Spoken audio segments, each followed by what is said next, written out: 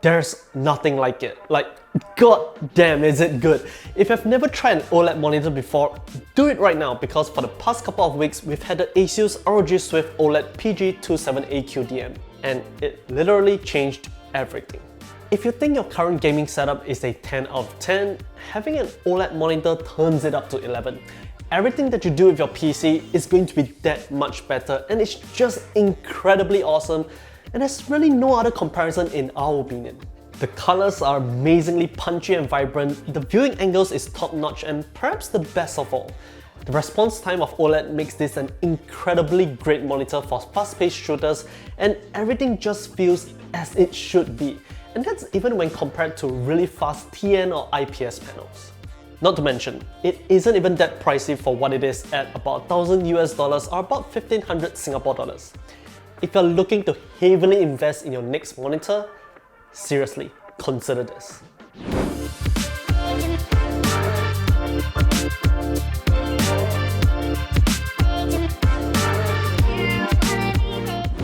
So, let's break down what kind of experience you're going to get yourself into should you be considering the Asus ROG Swift OLED PG27AQDM as your next monitor. That's a mouthful. But anyways, first, a short disclaimer. We definitely do not have the equipment to accurately measure the performance of monitors, especially from one panel to the next, and so do understand that what we're going to share with you is ultimately from our own opinion and experience.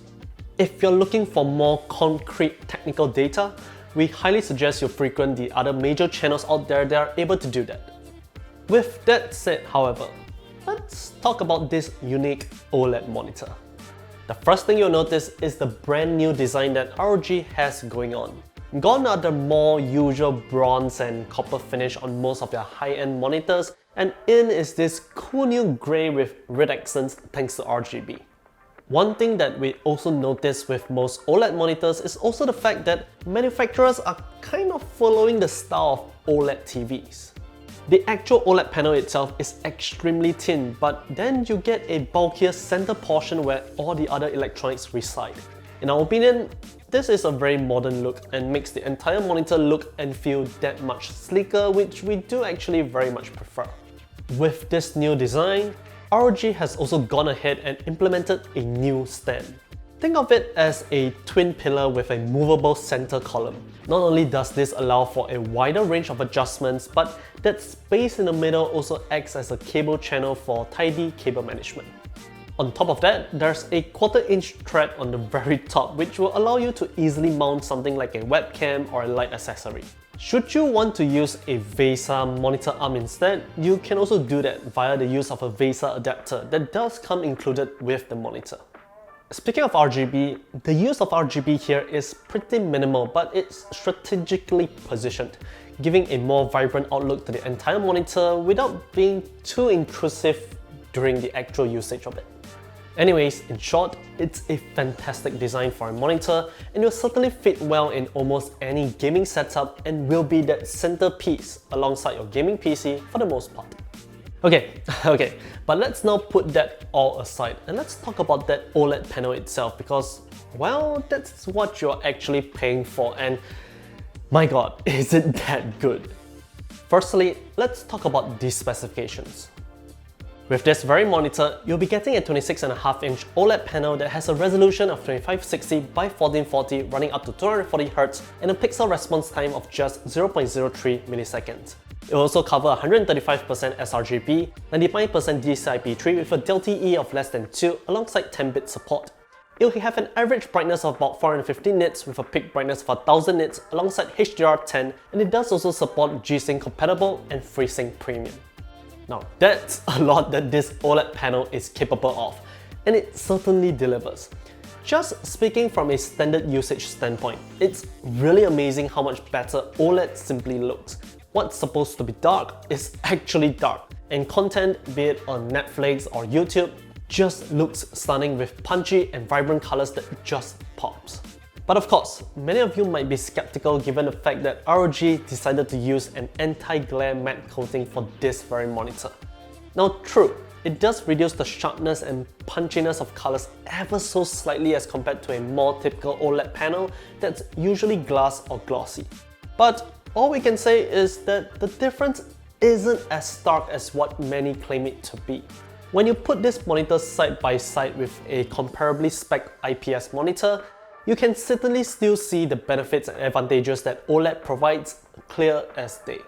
So all we can say is that you needn't worry that much if this is your pet peeve. Now, to be very honest, this is also primarily meant to be a gaming focused monitor, and thus the anti-glare matte coating is extremely important to reduce as much glare as possible and remove any possible form of distractions while you're really gaming, especially competitively. Speaking of which, how is the OLED experience when it comes to gaming? Well, this sentence probably sums up what we want to say. OLED literally changed our entire gaming experience. We kid you not when we say that OLED is that much better even when compared to a really good IPS. No matter what kind of games you play, it just looks and feels much better. But there is also definitely one aspect of OLED in which it really shines and takes it that one step further. In games where there's a heavy usage of dark scenes mixed in with multiple light and shadows, that's where OLED really makes you go, wow. One such game is Cyberpunk 2077, especially with ray tracing turned on.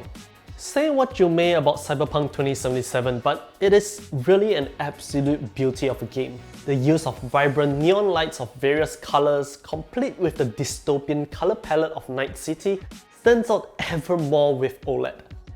Especially during nighttime, that's where our jaws dropped. It just looks that good. Another game which really stood out would be Resident Evil 3, to which we also say translates to both Resident Evil 2 and Resident Evil 4. Horror games in general makes use of lots of dark scenes, and because OLED can literally mimic black at its truest value, the whole environment feels that much more dreadful. Play Resident Evil at night with all the lights turned off for, well, the full experience would be our suggestion. So that's the visual aspect that we just talked about. However, there's also one other advantage with OLED that not many people might actually focus on that much, and that's actually the response time. Because of how OLED works, OLED is literally one of the best when it comes to pixel response time, and the PG27AQDM does have a 0.03 millisecond gray-to-gray response time. Now again, we don't have the proper equipment to accurately measure this pixel by pixel, frame by frame, but even just general usage and in comparison to a really fast IPS panel, the OLED feels a lot more natural and smoother. When you have a PC that can actually push out all those frames at 240 frames or beyond, it is an incredible experience. In a fast-paced shooter like Modern Warfare 2, well, the experience feels instantaneous and every movement feels and looks like it should. Dare we say we did fare a little better in our gaming sessions as compared to before. Although perhaps that's a placebo effect, who knows. In any case, all we have just said sums up to one thing and one thing only. OLED is simply awesome and it's great in almost any application that you want to use it for. But of course, there are a few things you need to take into consideration if you're planning to get an OLED monitor like this as your next primary monitor. The main concern that anyone would have would of course be burn-in. And truth be told, all we can say is that it will probably eventually happen down the road. When that might be, we do not know, but we can at least safely assume that you'll be fine for 3 to 4 years of general usage. Feel free to watch any other reviewers out there who have covered this topic before, and OLED has definitely come a long way, and so we would say it's relatively fine as long as you don't keep a static image at full brightness all the way for years on end. But if you're still that worried, ASUS did implement a few things to help mitigate that as much as possible, even if you are the possibly worst OLED user on earth. The first of which is basically a dimming of the entire display, which is the screensaver option within the OSD. When nothing is happening for about 5 minutes or so, the monitor will basically dim the display to around just about 150 nits, thereby not pushing each individual pixel as hard as it would have. The second function is Screen Move.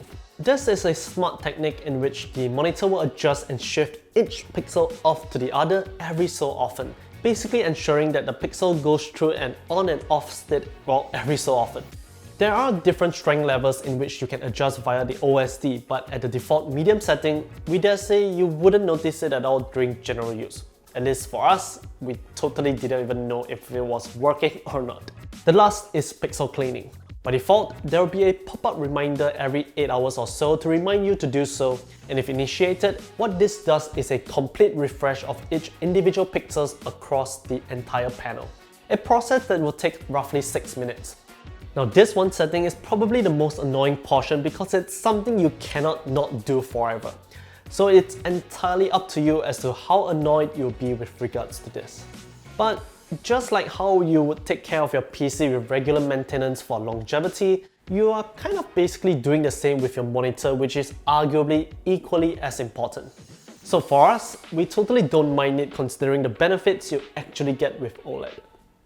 Now one last thing is the brightness. Technically, the OLED can get up to 1000 nits of brightness, but that's provided HDR mode is turned on and the HDR compatible content is running. Even so, it can only hit 1000 nits for 3% of the entire display area, so in general, you're only looking at about 450 nits all around at best. Which, to be fair, is plenty bright to use in a home or office setting, and it's one of the brighter OLED panels around. If you're still annoyed at how the brightness changes depending on how much white there is on screen, ROG did also implement the uniform brightness setting, which locks the display to a maximum of about 200 nits. It is a lot darker, for sure, but it does remove all that constantly changing brightness as you use your PC regularly.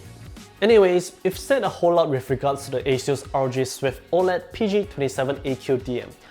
All we can say is that we are thoroughly impressed. It's a darn good monitor, and I personally wish I waited till today to buy this instead of what I have at home right now. And it's actually pretty decently priced at about 1000 US dollars or about 1500 Singapore dollars. It definitely is still a lot to ask for a monitor that's also half an inch smaller than usual at that, but to be honest, we do think it's actually well worth it. Like we said, it literally changed our gaming experience and it made it incredibly difficult for us to transition back to even IPS. Now perhaps mini LED will change our mind in the future, but for now, OLED has got our hearts. Anyways, if you have any questions, feel free to leave a comment down below and be sure to take a look and answer them. Don't forget to give this video a like and subscribe to us for more of such content, and we'll catch you in the next one. See ya!